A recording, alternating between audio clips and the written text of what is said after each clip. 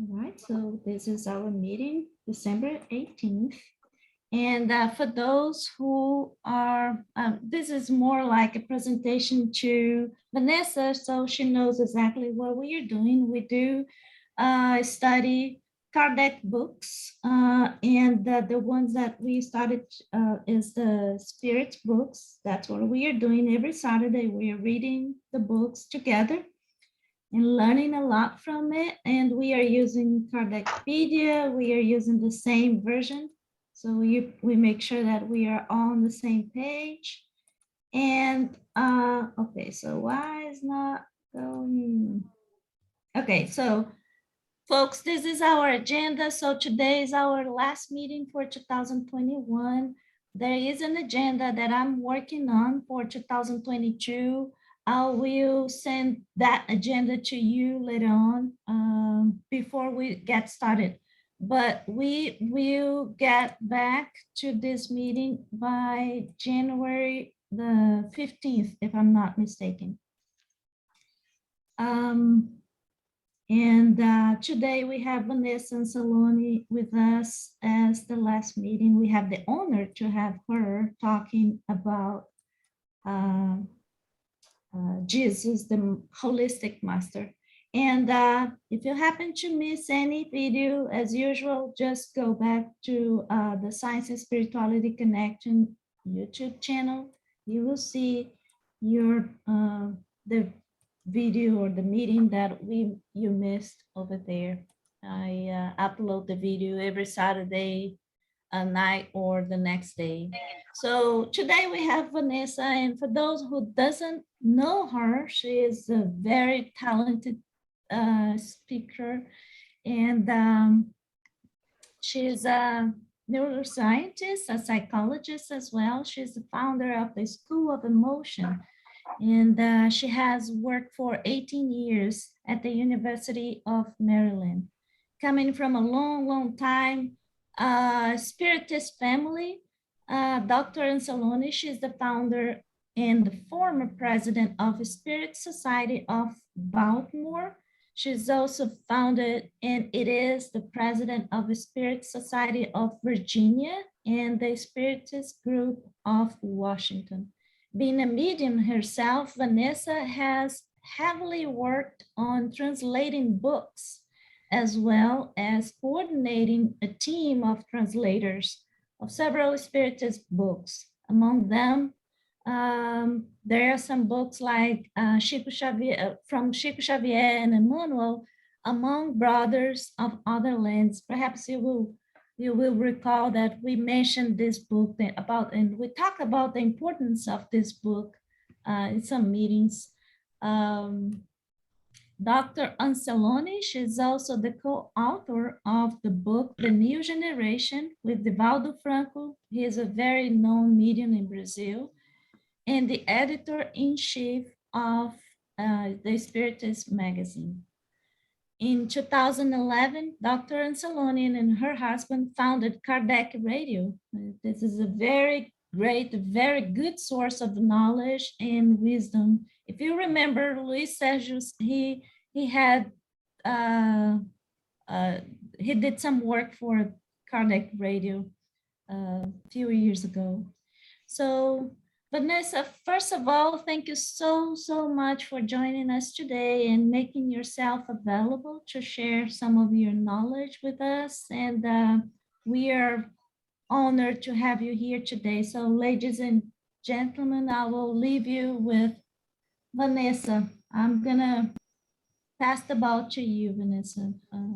Thank you, Anna. It's a joy, and I talked a little bit with Giles.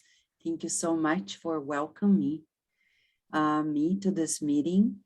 And I'm introduced first time to each one of you. I don't know anybody here. The only person that I knew before coming here, who is not here yet, is Luis Sergio Maroda. And I was greatly surprised to know that he is in your group, because he's really knowledgeable. And he really comes from a group of scholars in Brazil who really study a lot about Spiritism. and especially the topic today. The topic is very dear to our hearts. So before we go into the topic, our approach, yes, it brings us to reasoning, but reasoning alone doesn't do the deal. We need to be open to feeling. And that's where the great transformation of life happens, when we want to open our hearts, inevitably. During this pandemic, it's clear that we're being called to deep transformation. And since people are resistant to transformation, we have new variants that keep coming and coming to see if we awaken. And we hope that our society will boost in its own awakening, will bloom at some point. But nature is doing us a great favor, bringing new variants that are more resistant, more feisty, and they are really challenging us because we're still on the escape mode, I would say. And here comes a master, unlike any other, unique, I would say the master of all masters, truly holistic. When Anna and I talked about the title, we agreed that Jesus Christ represents this complete master. And I would like to show to you a few slides with one of the approaches we can have on understanding about this master and why we need to care about it at all. But if it's not enough, the invitation here stays with you on December 25th at 6 p.m.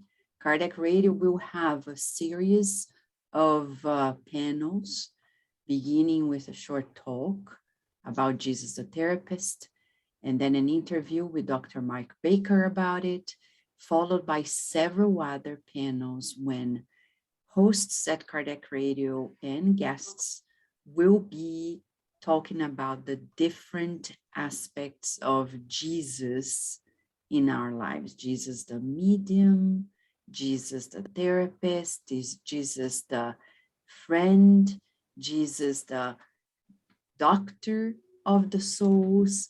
So Jesus in our lives. And if it's not enough, on New Year's Day, on January 1st, 2022 at 6 p.m., we will release a series of other panels with hosts and guests talking about virtues, just to give us more about the depth of what the Spiritist view can give to us. And I'm open to questions, to comments, of course. All right. I have to say hi to our friends, Luis and Livia. I can see you. I'm so happy we're here together. It's a dream for me to be here with you guys. So are you? Good to see you, Vanessa. Very Great. good too. All right, so let me share. Okay. All right, let me share my screen with you. Just for a reference, this is nothing like a thesis. It's in study. For the last 12 years, I've been studying as we translated several books, mainly the book Good News, and working as a neuroscientist and as director of behavioral sciences at University of Maryland.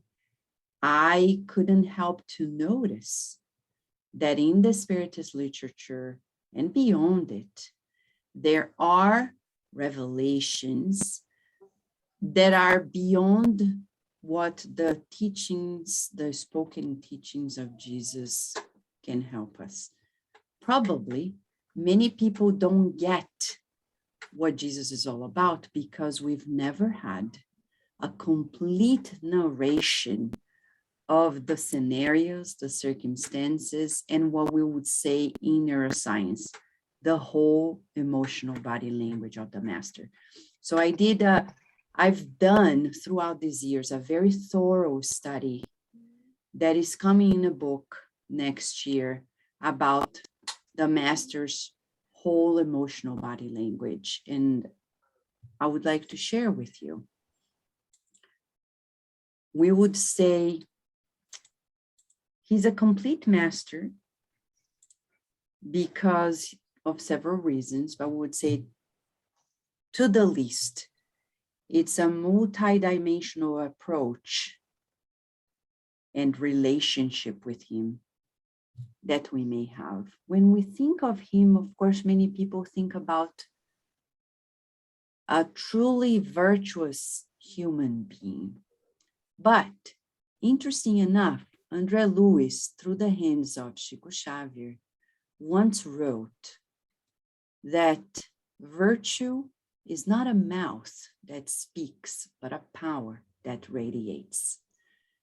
Interesting, because when we go to this new frontier in neuroscience that we call emotional body language, we see that it's so true. I remember once teaching medical students about the power of our emotional body language in the relationship with patients. And I was doing an activity with them in which they couldn't speak a word, but they had to role play patient and doctor. The patient had to express what was going on without words, and the doctor had to greet the patient without words, introduce him without words, and approach the patient till treatment time and prescription without words, without any written, verbal words.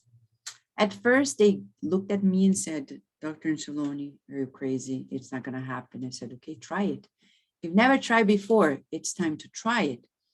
And they did. At the end, they were quite surprised that it works, that they could communicate without words. And then I asked them the ultimate question: how do you make yourself reliable as a doctor? How do you make your patient trust you without saying a word? Because politicians say, trust me, I'm going to do what you need. But as a doctor, you can't say it. So how does that happen? How do you project a virtue? How do you project a quality? How do you project something that is not spoken but needs to be felt? Good question. Something that neuroscience nowadays is trying to grab a hold in the studies of the neuroscience of emotional body language. So I'd like to introduce you a little bit to it before we enter the very observations that we've got from historic literature that we have into the Spiritist books. When we talk about the neurobiology of emotional body language, of course, we're talking how much our emotional body language influences one another. So we can tell for sure that however we express ourselves without words influences others. So much so that now social media has a lot about it in the emojis, right? We have it all. We are in the era of emotional literacy in this planet. Many people ask me, Vanessa, when is it going to be about the spirituality after that? If we don't get to be really literate in regards to emotions, we won't go to the era of the spirit, because the emotional intelligence is the foundation for a great spiritual intelligence. So it's very important to observe ourselves. Am I communicating what I really mean? Or am I being just like the hypocrites in Jesus' time, the Pharisees, who spoke of virtue, but on the back, they were slandering people. not very different. We're talking about our society nowadays. Studies show that people, they are one face-to-face and another when they are behind their social media. They say words and they mean things that they wouldn't be able to repeat in front of the person, telling us that there is a mismatch about our feelings, our emotions, and our attitude. We're still not very coherent. We're still very incoherent. We dream about peace, but we spend the day dwelling with people.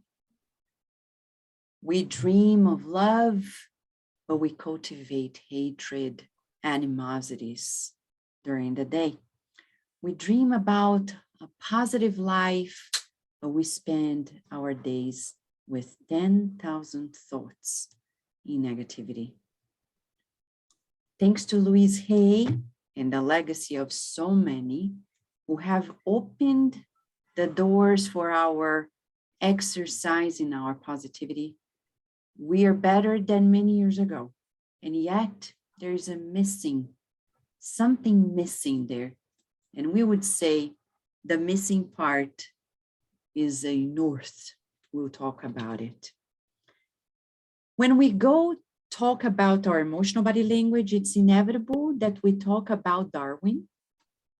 He was the first one who, approximately in 1850s, 1857, he was the first one to write about how we express our emotions through our bodies, from animals to people. He was not only a genius, but he was also a great artist. These are his drawings. He was the first one to observe and put on a piece of paper and publish that our emotions are a great part of our life. And it goes through our phylogeny, through species, animals and humans. We have something in common. Our bodies express our emotion. What does that mean? It means it's adaptive. Emotions are here for survival. So when people say, I don't like this story about emotions, Vanessa, this is thing for women. I don't like to talk about emotions. Oh, well, that's probably where we fall short in our society, because we need to talk about our emotions to really manage them. This has been already proved in psychoanalysis, in psychiatry, in the psychological sciences. There is great power in sharing and renewing our minds, but our bodies also come along. Neuroscience shows that big part of our brain is deeply involved in processing our emotions, mainly the limbic system, but not only. This tells us that if we don't become emotional literate, which bypasses consciousness, awareness, we are still at animal level in terms of our emotional management. To become truly spiritual, we need this middle ground of our emotional life. And we've come to know that in our brains, we have special neurons, mirror neurons through which we imitate one another, meaning no matter how much we want to discard the fact that we feel emotions, when people feel emotions, we pick up. It's what we call emotional contagion, just like in this experiment where it all started, an experimenter showing the tongue to a monkey, and the monkey simply doing the same. They studied the brain, and now it's valid to say, and very scientific, that we are people who were born to imitate. So when people say, but I'm just watching this movie. No, you're eating it. You are transforming yourself. You are feeling what is happening. So if it's not a good thing, turn it off.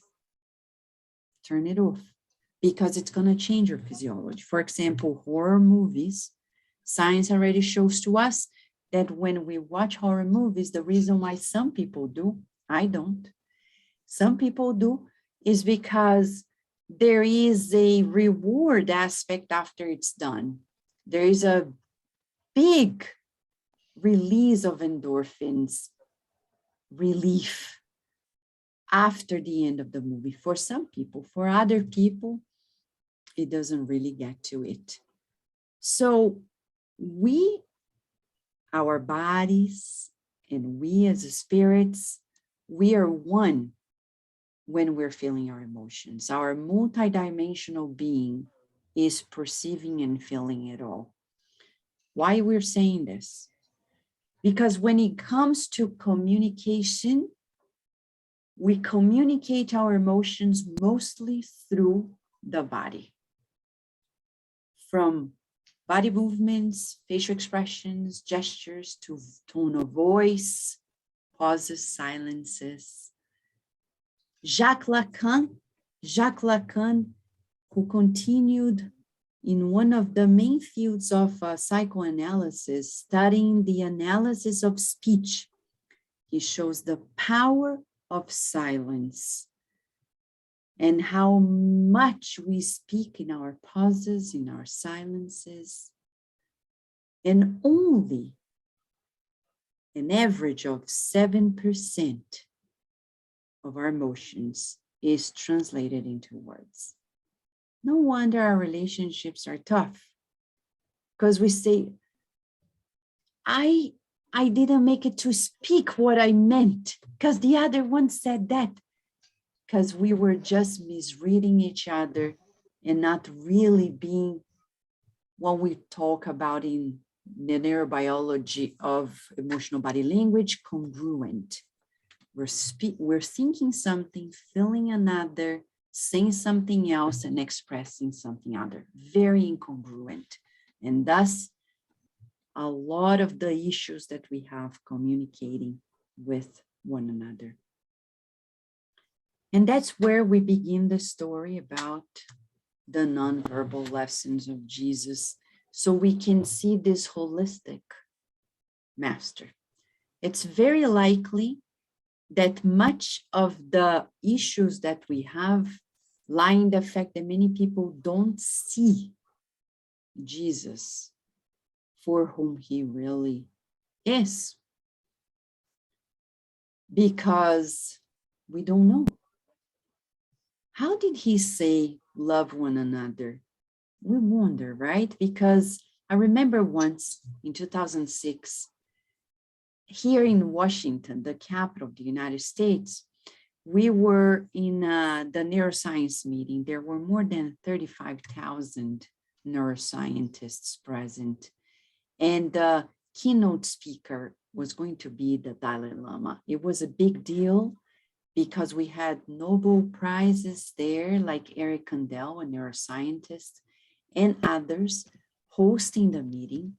I was in the main room, so I was able to come very close to the Dalai Lama, except to one person who was in between him and I as security, of course.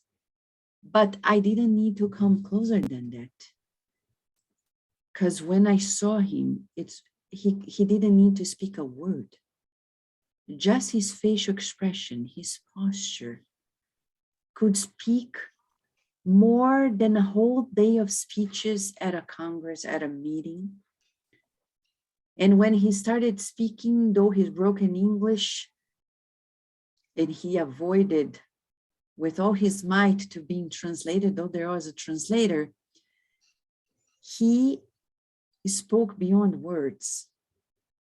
And I was just trying to imagine what it would have been if I were facing Jesus Christ. Because the Dalai Lama represented this joy of living, youthfulness, light of being, this feeling of the impermanence, as if you were walking on clouds, right in front of a very tough crowd, a scientific community. And then I started thinking, wow, what about the master of all masters? How did he speak? Certainly very differently from what we have always thought.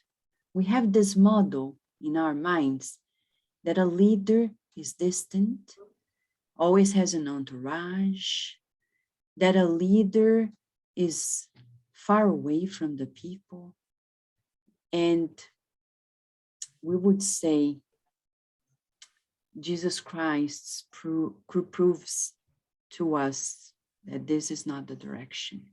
He was a very close master, very close, so close that when I studied in these books, many books, from Divaldo Franco to Chico Xavier's, the mediums who brought it, even some non-spiritist books, they bring to us revelations because, of course, we don't have recordings, but the revelations go in unison, showing to us that there are particular characteristics in his facial expression, in his silence, tone of voice, posture, smile, and even hugs. And we would say he was a smiling master and a hugging master, to our surprise. Maybe that's why I would say he was crucified. He was too much of a hugger and a smiling person. I remember when I moved to the US 23 years ago, I was invited by the chairman of the neurobiology and anatomy department at the University of Maryland. He went to Brazil. He visited our university. He invited me over for a postdoc. And then he came to me a few months into my postdoc and asked, "Hey, Vanessa, how are you doing?" I said, "Great. Do you miss Brazil?" I said, "Of course. But what do you miss?" "I miss the laughter. I miss the smiles." And he said, "But here, we don't smile. Here, we're serious." I said, "Wow. Okay, I'll keep smiling anyway." All right. So it's very interesting because we have this misconception that smile is not so good, that the hugging is dangerous, that even silence sometimes may seem awkward. So we're going to identify with this master something's different. In Spiritism, in the Spirit's book, as you may have already talked in your studies, Kardec, as a researcher, in a series of very interesting questions and answers regarding the natural laws of life, from where the laws are written, the God's laws, the dynamics of life in our conscience, to the fact that we need guides. We need somebody ahead of us. That's our nature. Even neuroscience today shows to us we need models. But Kardec was such a masterful researcher that he asked the very question that we wanted to know. What is the perfect standard that God has offered to humanity as our guiding model? And the answer is simple: Jesus. And then we're like, oh no. How come? Really? A carpenter in the middle of tiny village, no power? I don't get it. And this thing of crucifixion, you're like, how can he be?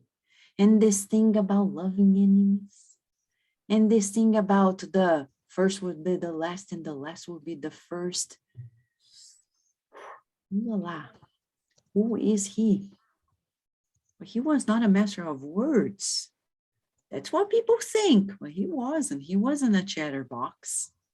When we read the book Good News, which is not published in English yet, but you can read the whole book in several issues of the Spiritist magazine from 2012 to this year. We have completed publishing the book. while we wait for the publisher to make up their mind. So every issue, you will find one chapter. And if you read it, you have an opportunity to feel more than anything what we're going to show to you today. He was a coherent master. He wasn't a master who talked like, let's love, shall we? No, no, no. I don't even know how he would say love, because when you say love and you love, it must sound very differently. When we love someone, we know how different it sounds and it feels when we say love and we don't feel it. He was coherent. That's the foundation of it all. He was complete. In a message that we received in a mediumistic meeting talking about coherence, Mentor Joseph in 2012, when we were just starting this research, he said to all of us, you also shall strive to achieve coherence, which happens aligning thoughts and feelings with words and actions, coherence that will give you greater peace of mind and leads us to consistency. So Jesus was this complete master that felt what he meant, and he meant what he felt, to a point that when we study his posture in several passages, we're going to see the description, especially in this book. I'm giving you the main reference so you can go to the Spiritist magazine, spiritistmagazine.com or .org, or even the app, which is free. We have 55 issues out there available to you. And in the last years, from 2012 to almost 10 years, 9 years, publishing the chapters of this book so people can feel the closeness to this master. His posture, for example, we studied and observed that they had specific qualities. Sometimes the posture was consoling, not the words, the posture. Think about the consoling posture. What is just to be and emanate consolation just in our posture? Question. An elegant posture. Some people think he was like just a carpenter. No, he was elegant, noble and simple, unforgettable, charismatic, without words. You may be one of these people who can, without words, just emanate this charisma. Without words. You don't say anything and you just emanate it. So it's an invitation for us to learn how to feel ourselves and emanate. Like, for example, in a passage, when Jesus purposefully shows up in public for the first time in Jerusalem, is by the temple, but he doesn't enter the temple. Why? He's by the stairs. And one of the doctors of the law, the Pharisees, notice him. They notice that his posture really brings some form of nobility, though his clothes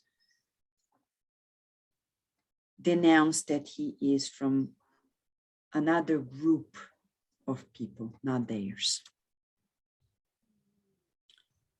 But why doesn't he enter the temple? Because in the dialogue he's going to have with one of them outside of the temple, will tell us the reason why. Hannah asks to him, Galilee, what brings you to the city? And he replies, I came to build the kingdom of God. if he entered the temple, it would have meant that he would have built inside, which would defeat the purpose, because that's not where we build anything related to God. It's in no place anywhere. So when people come to me and say, Vanessa, where can I find a healing medium? I say, you know, a healing medium can be you, everywhere. You don't need to go somewhere in some place, like in Brazil. Oh, but there they have so many healing mediums, and we wonder why. It's nothing physical. It's the inner. It's the inner. So it's a story for another day, but it's a teaser for us. It's a teaser for us. How has our posture been? Sometimes we want to have good relationship with a family member, but our posture expresses lack of goodwill, or the willingness to be served. And people notice it. They observe it. And we say, you see, I came here for you. But then you're seated on the couch, just slouching there. And you don't really mean that you want to see the person, but you want to be served, you want to be pampered, you want to be treated kindly, and yet we don't express it. So interesting that in that dialogue, in this book, Good News, as I mentioned to you, we can observe this master right there by the stairs in this profound dialogue that would deserve a whole study one day, to tell us that this kingdom of God, he says, when Hannah asks, where is it? Is the divine work in the heart of each person. So it's not in a temple. What is this kingdom of God? It's not a thing that words will do it, because it's that perfect state when we are in harmony with God. When we no longer feel the torments of fear, anxiety, sadness, depression. During Jesus' stay here on earth, epidemics happened left to right. We've never heard of people being afraid. That doesn't mean we're not going to use masks or being vaccinated, but that means that inside, he was already at peace in serenity. In adversity, conquering serenity is the ultimate goal.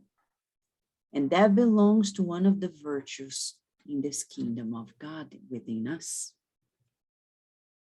Then, one of the things that were most amazing and really create a bond is about this look.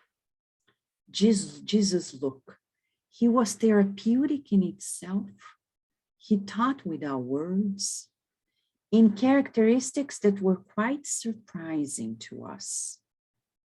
Sometimes, as we observed, it was firm, loving, lucid, attentive, soft, bright.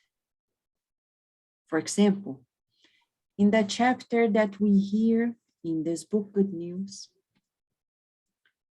the woman of the well, the Samaritan woman, Jesus is there passing by, and there is this well, the famous well. The woman is there. The disciples go find some food to eat. Jesus stays with a purpose. He approaches the woman. And when he approaches her, he has a particular attentive look. He's truly mindful. We've never heard of a distracted master. Jesus was so present. We've never heard Jesus say, excuse me a moment, I have to finish this. Like, we have to finish this call, we have to finish texting. He was never like this. Don't you see I'm busy here? We see reports in which he was so mindful. He could hear, perceiving even the touch of the woman who was bleeding, touching the tip of his tunic. Characteristic of his presence, and the lucidity in his eyes emanating illumination. When you close your eyes and you think of Jesus, whether you believe him or not, but Jesus is Jesus. Even the Muslims know he's a prophet. Well, it's undisputable. Whether we're going to take him as a model, it's our personal choice. But when you close your eyes, how do you see him? Does he look at you? How does he look at you? Is he judging you? Because if he is, that's not Jesus. No place exists in the reports from the biblical times to the Spiritist literature showing to us that he was judgmental. Never.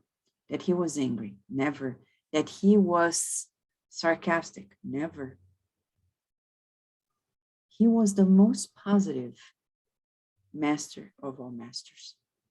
When people talk about positive psychology and the studies of Dr. Martin Seligman from Penn State University, as the founder of it all, so you know, it all began there with Jesus. It began with Jesus. He was the first positive psychologist who always took a positive twist beyond words. He would look and people would feel it. Yesterday, I was giving a talk in Brazil, and somebody asked me, "But Vanessa, how come some people didn't heal? Got sick again?" They were in the presence of his. Well, then I recall my dog Lupi. She's a 1-year-old golden retriever. She's adorable. And she's often here when I do my morning prayers at Cardiac Radio every day at 9 a.m. Eastern time.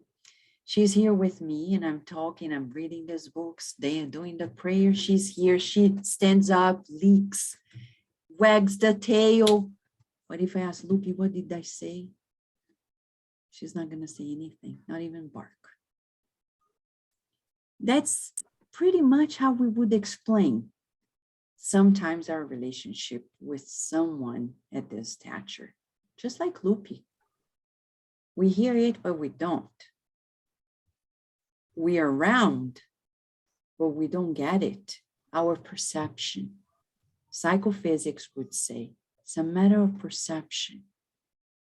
So here, today, you and I are opening new horizons for all of us to see that there's more to his presence without words than we can ever imagine. And that's where the heart work begins. Because when I close my eyes and I see Jesus, what's the picture in front of me? Is this like a hologram? I can almost imagine we're so close with this story about metaverse, Facebook, and this Oculus, the virtual reality. We're so close from feeling what we're saying here.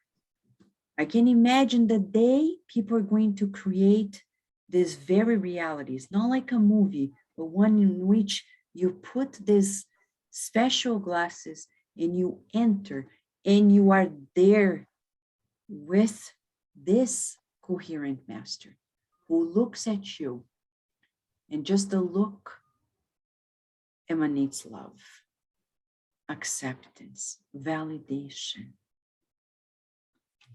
And if not enough, even his silence has therapeutic purposes. And in the literature, we've noticed that there are two types of silence that he uses. one to reflect when he's often found meditating.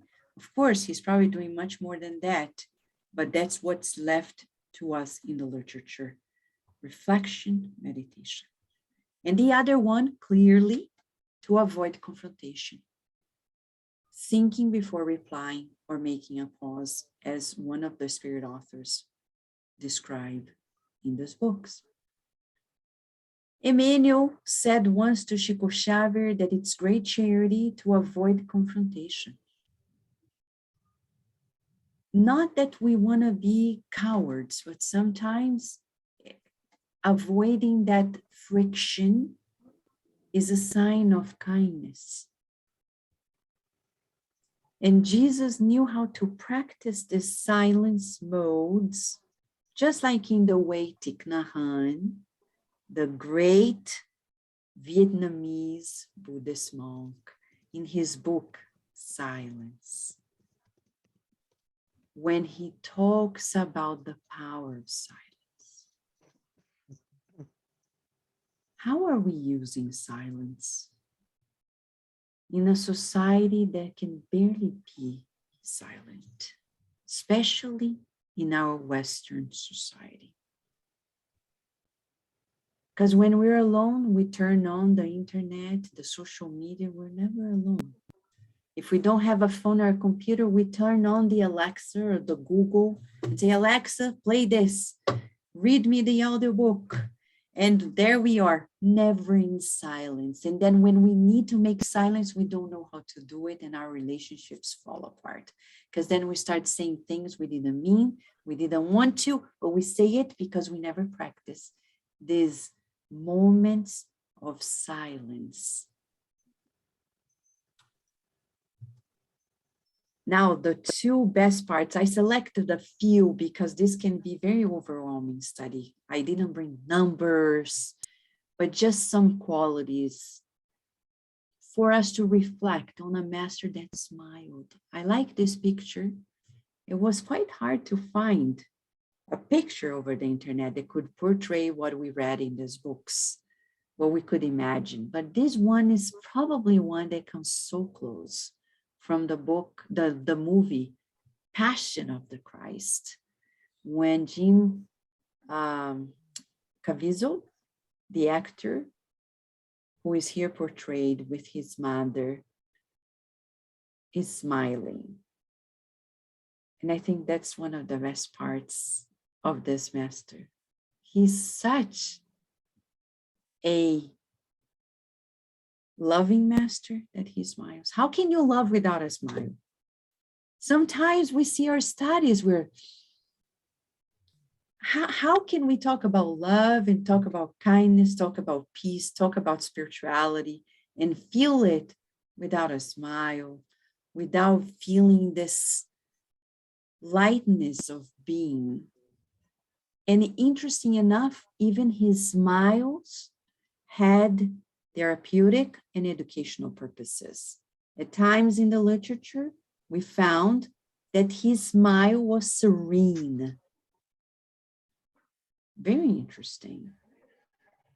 A serene smile. Let's try to picture it. Or benign smile. Because there are smiles who are not benign, that are not benign. They don't bring good. They are sarcastic, they are sour, they are ironic. Jesus never had those smiles. Loving smile, calm smile, generous smile, elegant smile, friendly smile, sincere smile.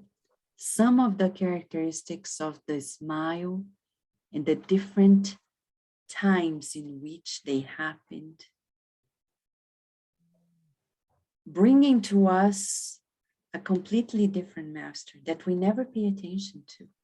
Sometimes we're heartbroken by a situation, distraught, and we just need somebody who validates us, accepts us, and gives us that friendly smile, the smile that just embraces us in acceptance. No words, the smile. And now, one of the features that we barely talk about, Jesus is the embracing master. I'll show you more pictures in another set of slides, but some of the characteristics of this hug, this embrace, meek embrace. This is so interesting because we usually think meekness is negative, but it's something that is opposite to violence, opposite to aggression, something that is really mild, peaceful. Not an embrace, because usually when we embrace, we're like, it's almost like dominant. Jesus didn't embrace in a dominant way. It was tender. It was loving. It was meek. And we ask ourselves, is that how we hug our loved ones? If we do, because I ask many people in my practice, do you hug your children, your loved ones? I'm not a hugging person. Then we need to treat that, because that's probably why we're not happy. It's part of our humanity to hug, to embrace, but how we do it, it's nothing to do with power, dominance. It's about expression of affection. Probably when we learn that and stop the power struggle, we'll be able to hug, to embrace, to pacify. And I'll stop this set of slides and I'll be back in a minute just to show a few pictures with another set of slides that I have here to show to us that this master, just some pictures that I collected, and I think you're gonna love it, because in this new set that I'm sharing right now, right here, you visualize a master that caresses,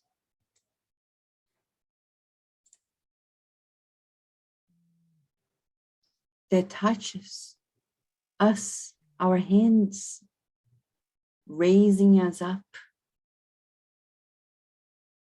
He's not a distant master. We're always going to find him deeply involved with the people who come his way, whom he finds, whom he encounters. He's so human, so truly human, because he came, as Emmanuel says, not to teach us to be angels, but the real humanity. He made himself human to show us what it is to be truly human. And to be human means to be highly empathetic. When we study emotional intelligence, we see that great part of emotional intelligence is self-awareness, self-regulation, but also empathy. I need to know what people are feeling and how to have a relationship with that effectively. And only empathy does this. And Jesus was the top of empathy. He was not distant. So when I go back, for example, and I think about the quality of his embrace, the quality of his, and I'm just opening the other set of slides here, forgive me. To go back to when we ask, did he come only to speak, to teach, or to show the way to go? It even rhymes. He's someone to be emulated, but he's so coherent that from his words to his facial expression, to his gestures, his posture, his tone of voice, giving another example to us. You remember in the passage, they tell that the publican, Zacchaeus, is by the tree. He's up in the tree. Jesus passes by and says, come down. I need your hospitality. So interesting, because people think that Jesus just walked as he is a commander. Go, Zacchaeus, make food for me, ask your people to prepare dinner. No.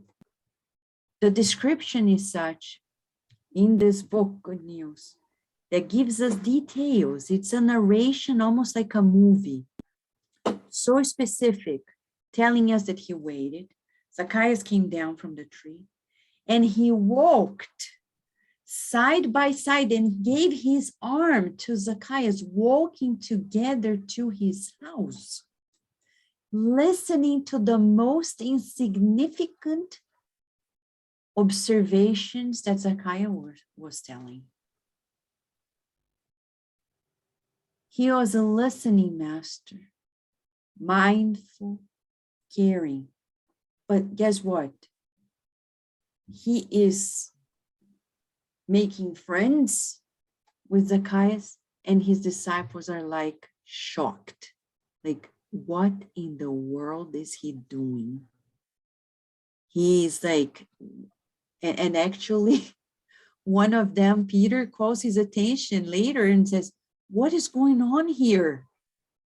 Because he really expresses this common ground, this togetherness with Zacchaeus, sits next to him, listens to everything he has to say. They have a conversation that close.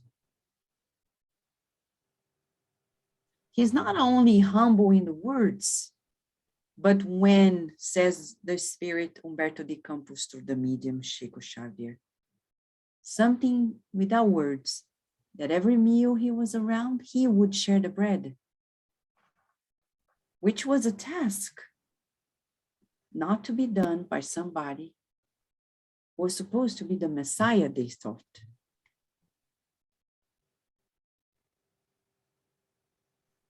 He's the real deal. He's really someone that comes so close to us that when he invites John and James to the discipleship, they are at the beach. He calls them up. They come, they recognize him. One of them kneels down to kiss his hand while Jesus caresses the curly hair of John. And we're like, oh my gosh, what is that about relationship? Of course, our impurities of the mind will think about 10,000 things, but that's not what it is. He's a close master. He's a coherent master. As Mentor Joseph said a year and a half ago, he's a one-on-one master. He wants a relationship, an illumination between us, personal to each and every one of us. One that probably we've never had because we're too focused on the words, the translations that are wrong, the texts. And just as a teaser for us, sometimes we're like the scholar Nicodemus studied so hard all the scriptures all his life, and then he never felt the kingdom of God till the day he came to Jesus and said, I recognize in you the Messiah, but I don't get it. I've studied the scriptures all my life and I still haven't found the kingdom of God. How come? And Jesus smiles. Of course, his smile is not of sarcasm. He's not trying to be smarty pants, no. He's simply kindly educating, as if he were educating a child, saying, Nicodemus, it's not enough to know, you forgot to feel the scriptures. And that's how we are. We're still resisting to feel the scriptures. And then once, when we started these studies on Jesus' emotional body language, I asked Mentor Joseph, the spirit guide, Mentor Joseph, what in the world is this? Because our team was translating the book, we were revising, and then we came across that passage. We're like, what does this mean? This is revolutionary.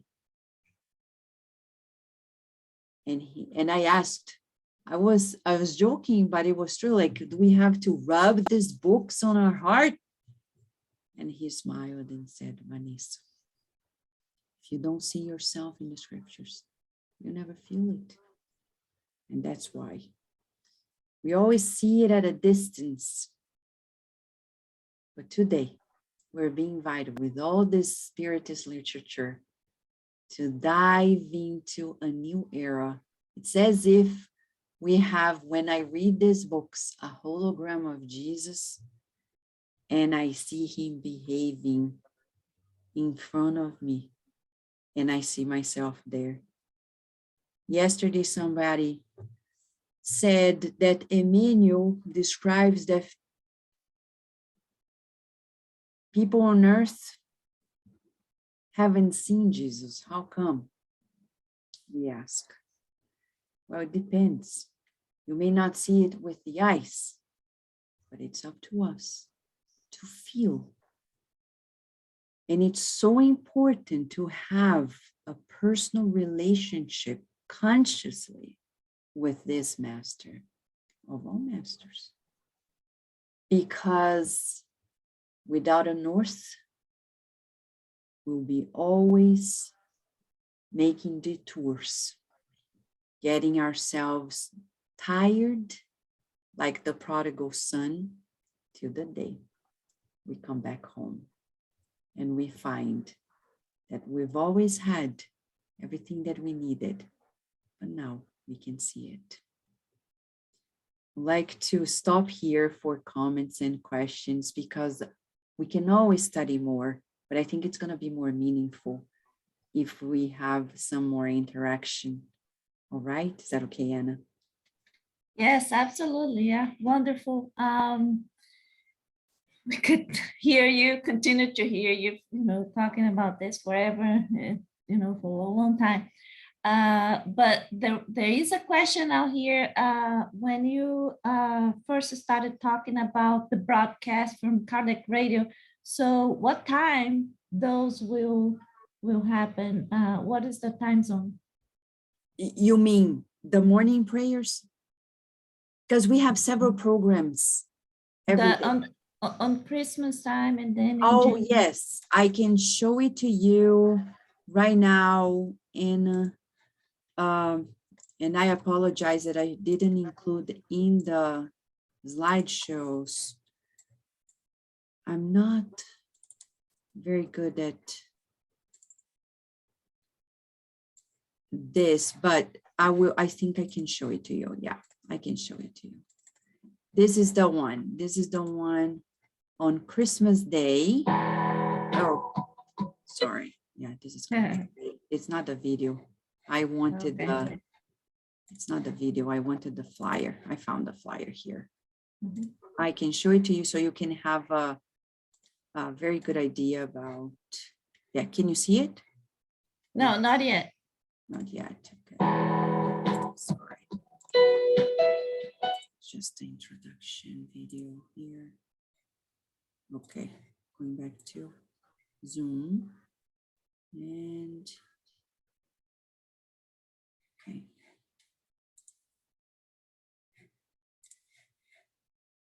All right. Let me see if I can pick it up. There you go. Oh, yeah, we can see it. It's 6 p.m. Eastern Time. It starts with Jesus the therapist, then the divine medium, Jesus the doctor of the soul, Jesus the educator, Jesus the friend. And that's going to be a great opportunity for people to have a better perspective of all these other things and how Spiritism explains it. It's very uplifting. Dr. Mark Baker and I already recorded this interview, and it's fascinating what he brings to us about Jesus the therapist. So, yeah. Thank you so much. So, folks, feel free to ask any question to Charmaine, but I guess I will go ahead and do my first one.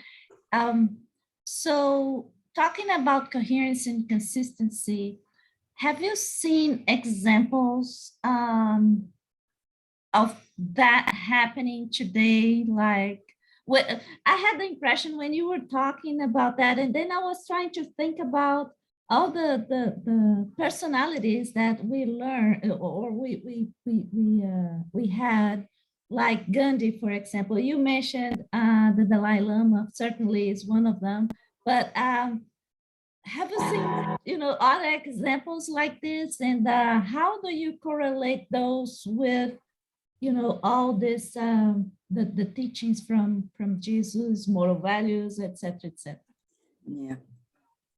So interesting, because I love to observe all these other masters and how they are, from what we can see. For example, the studies on the Tao by Lao Tzu.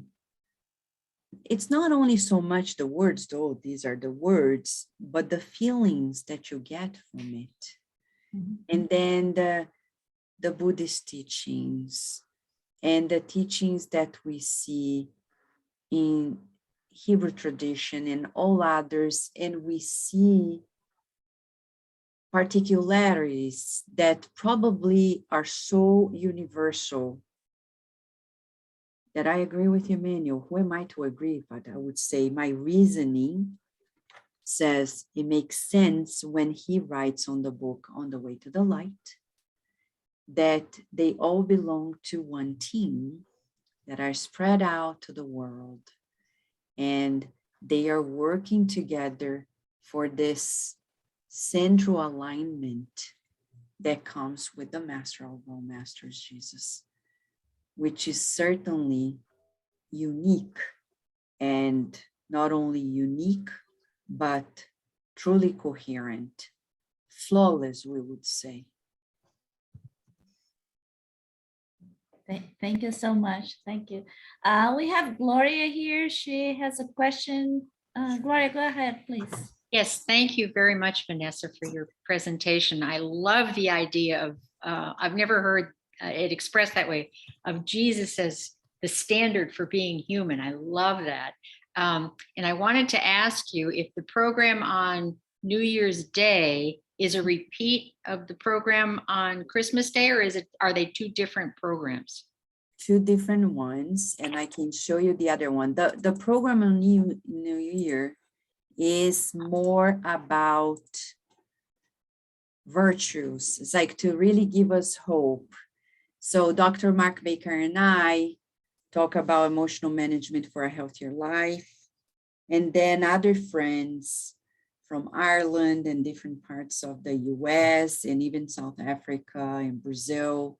Geraldinho is here as well, whom you know. We'll talk about these feelings that we want to boost in the year 2022, hope and courage and patience and kindness and gratitude and joy, all from a Spiritist perspective. So we think it's going to be a complement to what we begin on Christmas Day.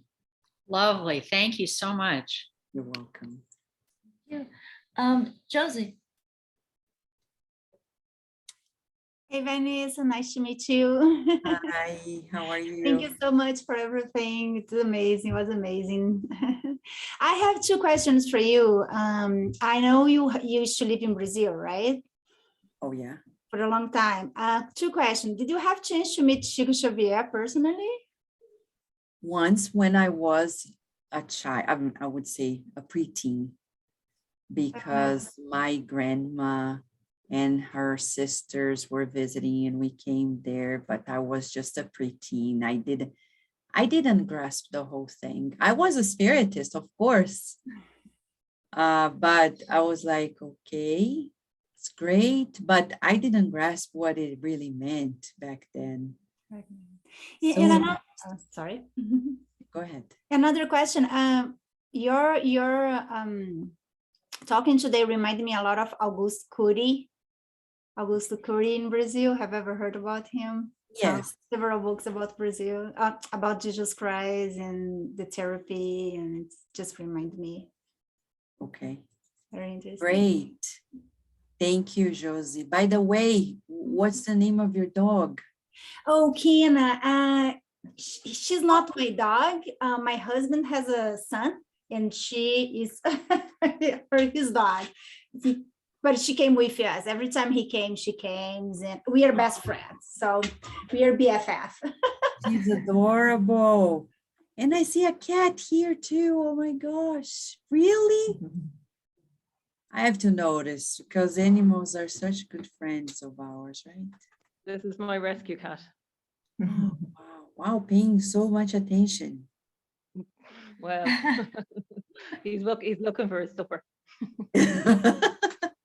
They're so They are learning, Vanessa. This one here, she pay attention the whole thing. She watched the whole. yeah. It's great. It's so good. Please go ahead.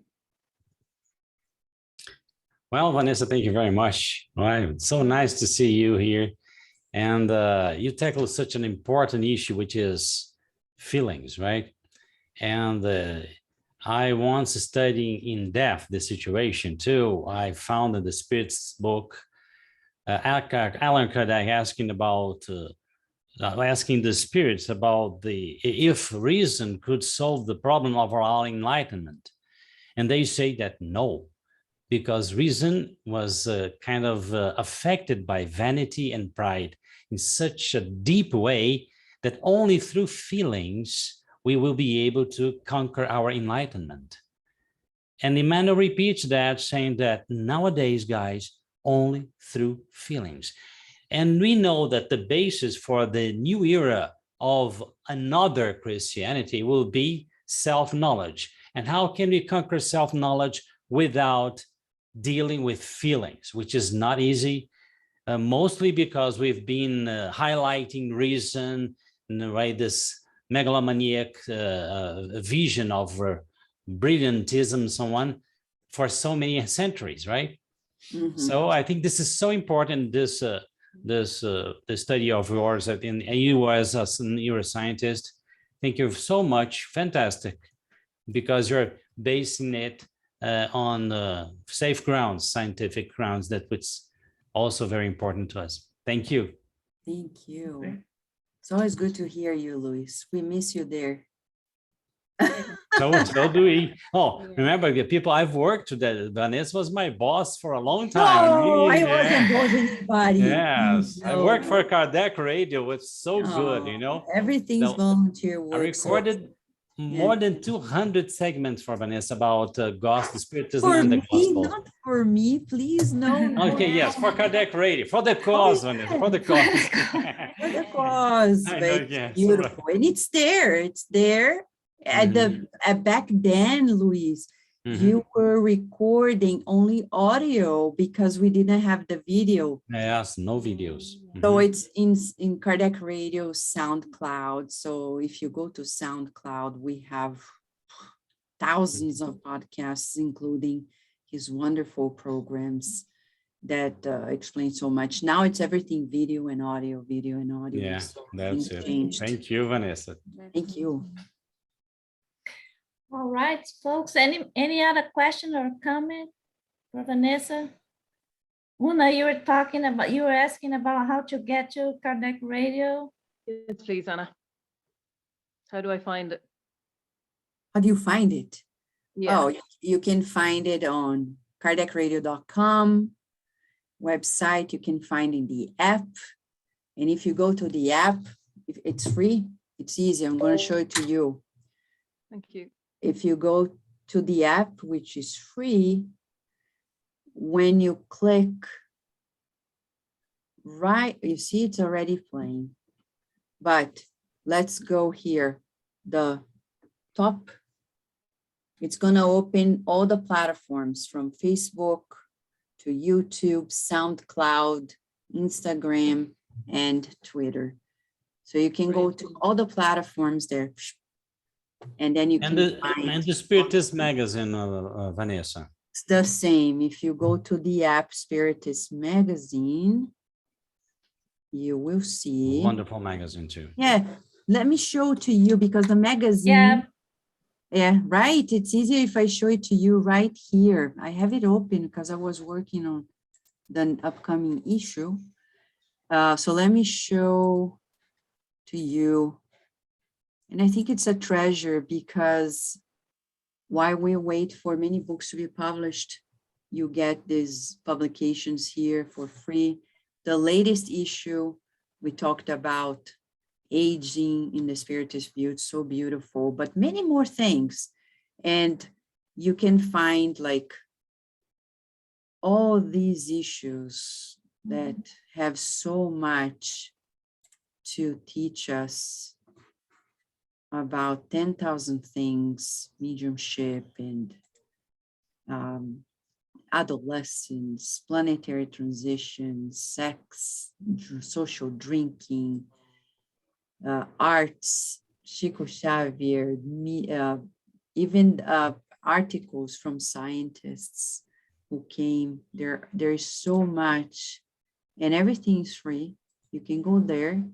And the beauty of it all is that you can go, you can receive it in your home, you can order through our partner and they deliver to your home the printout, or you can read it in your computer, in your tablet, the digital form, or you can even, if you want, go to the link and open the PDF, and you can even print out if you want. Some people like the PDF for whatever reason, and you can read. It's a beautifully done, the art design professionally by Luis Rivas, who's a Spiritist author and designer too.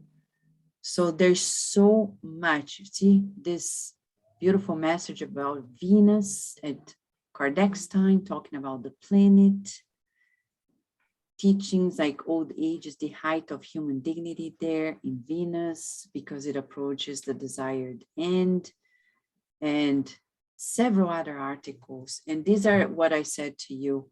Every issue you're gonna find in this section, Gospel, one chapter of the book, Good News. When you read it, you'll be mesmerized about this holistic master that is so unique, like we've never seen before. I think the first time that I saw it, I read in these books. So spiritistmagazine.com or .org or the app Spiritist Magazine, and you can read all these issues there. Thank you. Yeah, that's very nice to know. Josie, you have a question? Yeah, actually, two questions. For Christmas and this, that's gonna happen on New Year's, if I have the app, can I hear from my phone? Can I? Yes, you can hear everything from the app. And later, everything is going to be it's gonna be on demand as well for people who wanna go back in all the platforms as well. And it's gonna be in English. Everything's in English, Okay. nothing is in Portuguese. Great. Yeah. Thank you. All Very right. good. Well, folks, we are at the top of the hour. Thank you, Vanessa, so much for being here. We are very honored to have you here, and we invite you for other events as well whenever you're free. And we'll be honored to have you here again sometime next year, maybe. But thank you so much for your talk. Your lecture today was wonderful. It's so uplifting having this idea of a friendly and very loving Jesus, smiling Jesus. I really love that idea of having Jesus with us and smiling. And so thank you so much. It seems like Hythink has a question. Yes, and I then- just also wanted to say to Vanessa, thank you so much. It was so reassuring to hear that Jesus is the master and was a perfect example of how we can live in peace and harmony with our fellow creatures. Thank you, Vanessa. Thank you. I love your voice. I love your voice. Thank you. Nice to meet you. Thank you all. And Vanessa, I'll just leave it to you, the last words. I enjoyed so much being here with you.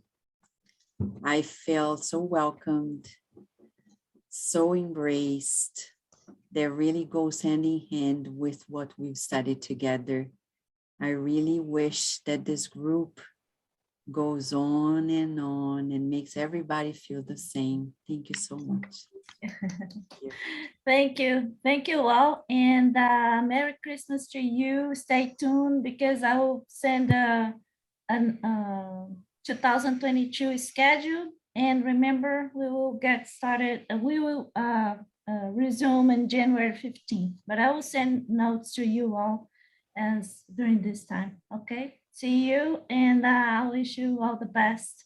Merry Merry Christmas, people. Merry Good evening to Christmas. each one of you. Here. Thank you. Bye. Merry Christmas. Bye. Safe. Mhm. Happy Christmas.